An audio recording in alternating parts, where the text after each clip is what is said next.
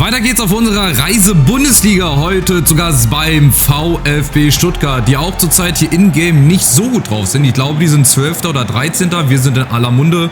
Wir stehen oben mit dabei, auch wenn wir im Pokal leider ausgeschieden sind gegen Leipzig. Davor gegen Dortmund nur, oder was heißt nur, dass wir da unentschieden gespielt haben.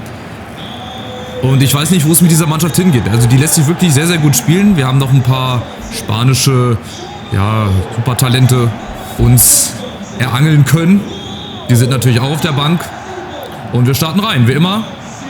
Mit ein paar kleineren, habe ich euch schon im letzten Part gezeigt, taktischen Veränderungen. Also, dass die Verteidiger mit nach vorne kommen und so weiter. Die Außenverteidiger. Wird vielleicht nicht immer gut gehen, aber ich will ja auch ein bisschen attraktiv hier spielen. Und natürlich soll das auch am Ende des Tages erfolgreich sein. Und wenn es das ist, dann bin ich zufrieden. Aber ich bin gespannt. Oh, die Stuttgarter kommen über Mio. Das ist Gott sei Dank abseits. Die spielen auch in einem 4-2-2-2, also genauso wie Leipzig mit Mio, mit Demirovic, mit Undav. Das ist jetzt auch nicht gerade so schlecht, was da rumläuft, aber genau so wenig müssen wir uns hier verstecken mit den Jungs, die wir haben. Und gerade die Neuzugänge, die machen richtig, richtig viel Spaß. Wanner auf der einen Seite, da haben wir Poso, der könnte nochmal auf Wanner legen, aber da ist leider keiner. Beziehungsweise er wäre da gewesen, aber ist leider falsch positioniert.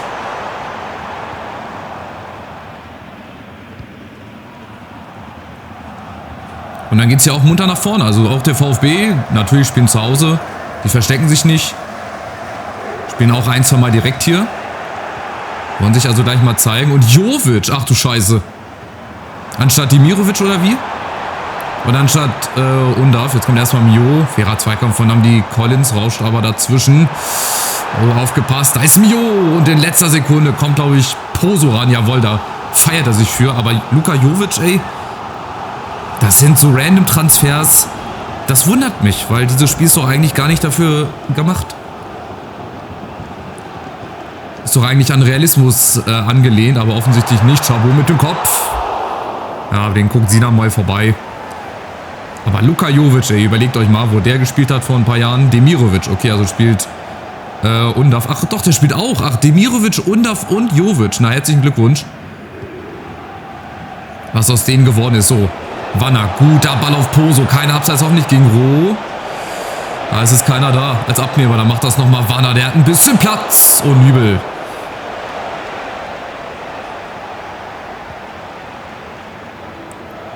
Und Castaneda und Paul Wanner gleich draufbleiben, gleich den Schwung mitnehmen. Poso, guter Ball, Listisch, lässt sich auch immer wieder fallen und dann greift den keiner an. Und dann probieren wir es mal aus spitzen Winkel. Wir sind auch hier wieder die aktivere Mannschaft. Also das gefällt mir wesentlich besser. Oder mir gefallen unsere Jungs hier besser. Klar, immer, weil ich durch die Brille gucke. Aber auch so, wir spielen richtig gut. Und haben auch unsere Chancen. Wir müssen jetzt nur noch in Führung gehen. Mehr will ich gar nicht. Das mal wieder Wanner. Gerade von der Seite müsste eigentlich ein Linksfuß ran. So zwischen 11er und 5er. So ein bisschen vor den Elfmeterpunkt gezogen. Dann wird das was. Versprochen, Poso. Ja gut, mit seiner 1,10. Da kann er nicht viel ausmachen. Aber nochmal Wanner. Der wartet am zweiten Pfosten. Wieder Poso. Junge, da muss ein Kopfballstarker hin. Ja, und jetzt haben wir einen Großen auf der Außen. Finde den Fehler. Castaneda, der hat auch viel Platz. Also es gelingt viel aus dem Rückraum. Wir kriegen sehr viel Platz. Die Abschüsse sind da. Die Eckbälle, die flattern auch gut rein. Jetzt probiere ich mal eine andere Variante. Einmal kurz gespielt. Ja, Podolski dann am zweiten Pfosten, da lauern ganz viele. Listisch unter anderem. Castaneda, ja, Nübel kann ja nur wegfausten. Ist eine gute Drangphase jetzt. Hier müssten wir mal 1:0 in Führung gehen. Aber natürlich der VfB, der weiß sich auch zu befreien.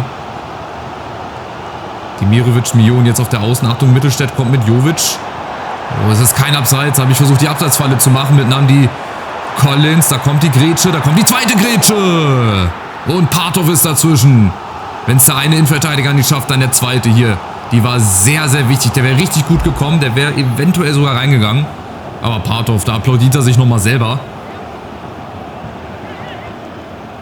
Und das ist halt auch ein Geheimnis, warum es bei uns gerade in der Liga richtig, richtig gut läuft. Ja, klappt was bei dem einen nicht, dann springt der andere sofort in die Bresche und dann funktioniert das auch. Deswegen stehen wir auch gerade da, wo wir stehen und das auch zu Recht. Weil wir auch gegen solche Mannschaften mithalten können. Gegen Leipzig hätten wir auch nicht unbedingt ausscheiden müssen. Da haben wir auch gut gespielt. Gegen Dortmund 0:0. Da waren wir auch Ja, kurz davor zu gewinnen, hätten aber auch verlieren können. Und auch jetzt hier gegen den VfB, die eigentlich auch eine richtig gute Truppe haben, die aber momentan nicht so gut dastehen.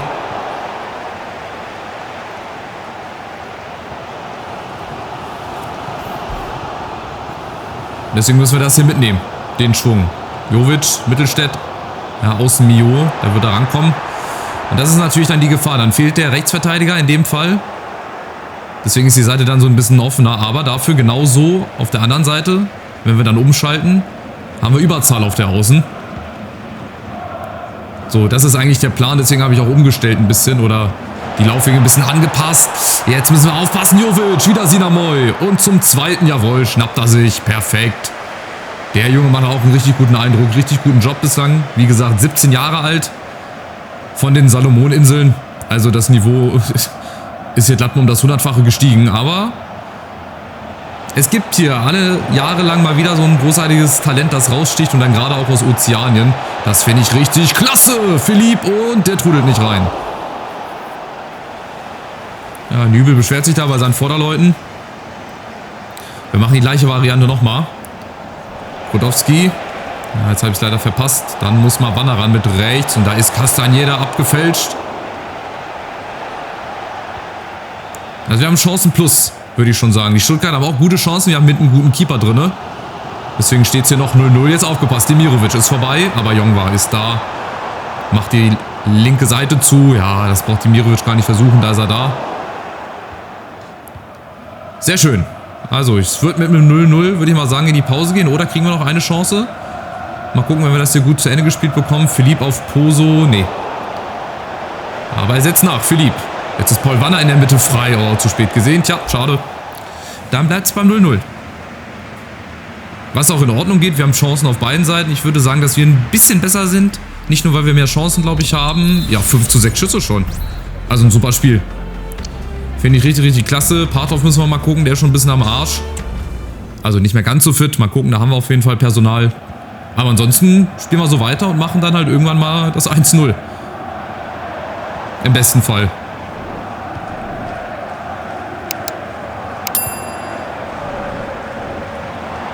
Ja, vielleicht macht der VfB jetzt auch ein bisschen mehr.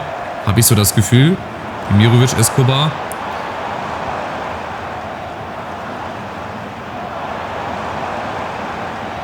Keitel, da sollen sie ruhig rumspielen. Da können sie sich den Ball hin und her schieben, aber sofern es hier an den Strafraum geht.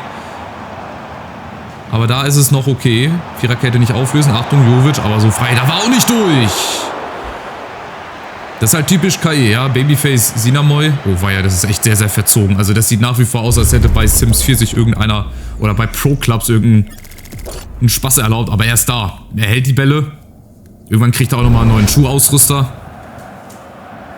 Aber das ist halt auch typisch, weißt du, die Verteidigung bleibt dann stehen, macht nichts. So hätte Jovic die Chance gehabt, durchzusprinten. Achtung, die nächste Chance! Und Parthoff und Sinamoy zusammen. Hätten sie es irgendwie gemacht. So, Remberg. Wer zeigt mir was? Wer bietet was an? Listesch. Ja, der ist durch. Alleine jetzt gegen Escobar. Hält den nicht auf. Und Chef Chapeau kommt dazu. Macht er super. Listesch, Jongwa. Jetzt eine gute Flanke an zweiten Pfosten. Poso. Und dann behindern sie sich da alle gegenseitig. Dann kommt niemand für den Rebound dran.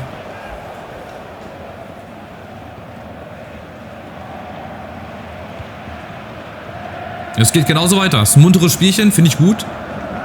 Ja, beide mit den Visieren runtergeklappt und volle Fahrt voraus.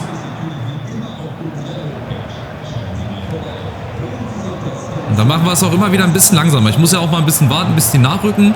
Ihr seht dann da außen Brodowski und Jongwa. Wir haben dann immer Überzahl. Immer 2 gegen 1 im besten Fall. Das heißt, dass wir uns die Jungs hier ein bisschen zurechtlegen können. Und vor allem Wanner und wieder Nübel.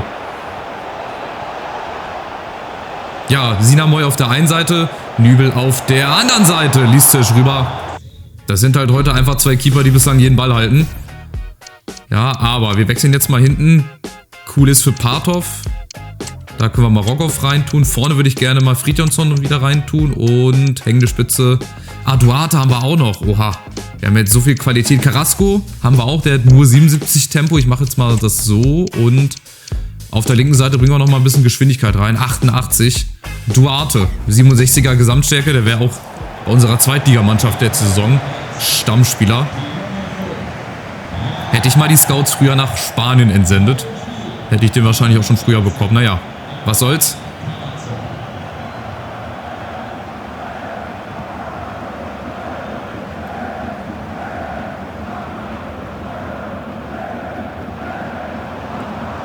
Undav, der muss sich auch öfter die Bälle aus dem Mittelfeld holen, spielt ein bisschen zurückgezogener, so eine Art falsche 9, würde ich mal sagen. Escobar, ne, da muss Sinamoy, kommt raus, jawohl, haben sie umgestellt, 4-3-3 oder, ne, spielen immer noch 4-2-2-2, also 4-2-2, wenn man so möchte.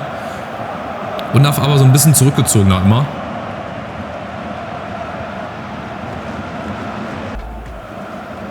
Duarte, da haben wir einen Rogov, Paul Wanner und dann auch hier über die Außen. Auch auf der Seite haben wir dann immer Überzahl, wenn Wanner nachrückt. Ja, er sucht immer wieder die Laufwege oder die Lücken, wo er dann reinlaufen kann. Aber wir haben hier richtig viel Platz.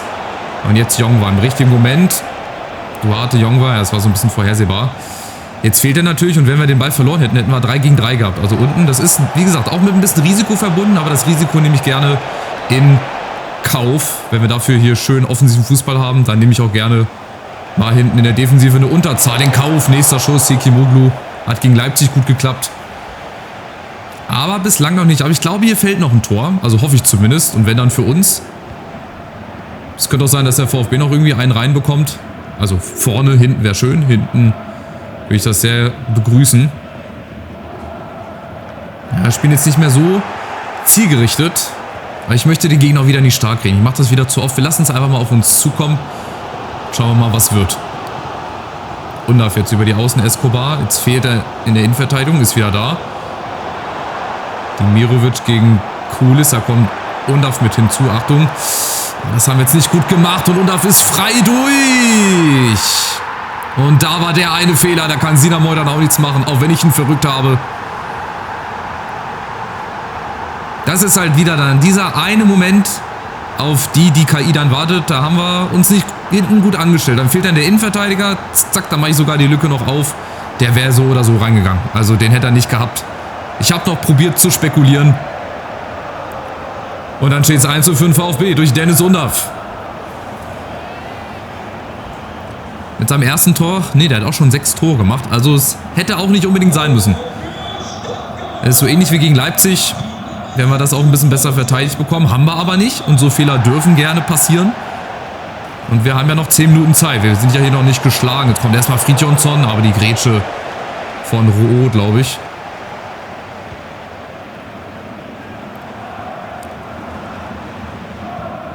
Und jetzt bin ich gespannt. Aber wir sind hier noch nicht geschlagen. Wir sind hier noch nicht geschlagen. Wir spielen trotzdem richtig gut. Rogov kriegt den. Ja, aber Duarte kann sich nicht durchsetzen. Schade. Aber wir setzen Nübel unter Druck. Der klärt den natürlich genau auf seinen eigenen Mann. Nee, Castañeda ist dazwischen. So, komm. Eine kleine Pressingphase. Duarte vorne wäre frei gewesen. Also ist am Abseits. Dann außen über Jongwa. Wo ist Fridtjonsson? Der fehlt jetzt in der Mitte. Der positioniert sich falsch. Dann kommt Poso eben ran. Und jetzt Sekimoglu. Auf Wanner. Der kann sowas. Eine ähnliche Szene wie gegen Dortmund auch. Da wäre der Ball auch fast reingegangen. Sterju kommt nochmal rein für Rouault. Und bei uns kommt nochmal eine andere Eckball-Variante. Pose mit Wanner. Da kommt Duarte angelaufen. Duarte, aber der wird geblockt. Viel Zeit haben wir nicht mehr. Wenn dann jetzt. Wenn dann jetzt. Last Minute. Wanner, Sekimoglu und jetzt Fridtjonsson. Gute Bewegung. Aber der war nicht kraftvoll genug. Und von daher werden wir das Spiel leider verlieren. Mit 1:0 beim VfB ist so ein bisschen das Standardergebnis gerade. Entweder gewinnen wir 1:0 oder wir verlieren 1:0. Zumindest in der Liga. Auch wieder eine Niederlage, die nicht hätte sein müssen. Aber die wirft uns nicht um. Wir machen weiter. Bin zufrieden, so wie wir gespielt haben. Nächstes Mal müssen wir halt nur die Chancen reinmachen. Dann werden wir auch so Spiele wieder gewinnen. Am Ende sind wir heute auch so ein bisschen an uns selber gescheitert. Also auch an Nübel, aber auch an unseren vielen Chancen, die wir nicht gemacht haben. Also ein Tor hätten wir auf jeden Fall hinbekommen müssen. Aber der eine Fehler in der Innenverteidigung, das wird dann halt bestraft. Und da hilft auch nichts, den Keeper dann zu verschieben. Das war einfach ein bisschen unglücklich.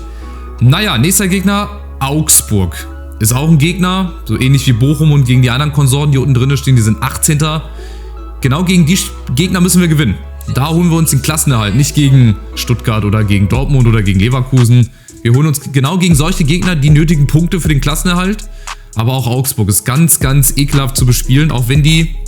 Ah ja, die haben da eine gute Form. Sieg, Niederlage, Sieg, Niederlage, Sieg. Jetzt müsste dann folgerichtig wieder eine Niederlage auf dem Papier stehen. Wir gucken mal. 4-1-2-1-2, Tietz, SND, Okugawa. Also ist auch eine gute Truppe. Giannulis soll ganz schön schnell sein. Marius Wolf, Rechtsverteidiger, auch bekannt. Dame noch auf der Bank. Pedersen, Udokai. Also die müssen nicht unbedingt auf dem 18. Platz stehen. Hat halt auch alles seine Gründe. Haben die denn bislang schon mal gewonnen? Nein, warten also immer noch auf den ersten Sieg. Haben schon 21 Gegentore, 3 Punkte. Sieht ein bisschen mau aus, deswegen brauchen die auch jeden Sieg. Wir sind Fünfter, haben aber nur 4 Punkte Rückstand auf Platz 2. Ich gucke immer so nach oben, ich bin ja kein normaler Aufsteiger. Und dann spielen wir schon wieder unter der Woche in München. Oha. Ah ne, dann haben wir Länderspielpause, dann in München und in Leverkusen. Das sind dann jetzt die beiden Auswärtsspiele, die ich vorher schon ein bisschen angeteasert hatte. Also, ja, geht darum, die direkte Konkurrenz zu schlagen. Dortmund haben immer noch keine Niederlage. Unser Torverhältnis ist auch geil. 9:4. Naja, wir machen aus wenig viel. Das ist momentan, glaube ich, das Motto. Und gegen Augsburg wird es dann hoffentlich wieder besser zu Hause und holt uns hoffentlich dann mal wieder einen Sieg. Macht's gut, bis zum nächsten Part. Vielen Dank fürs Zuschauen.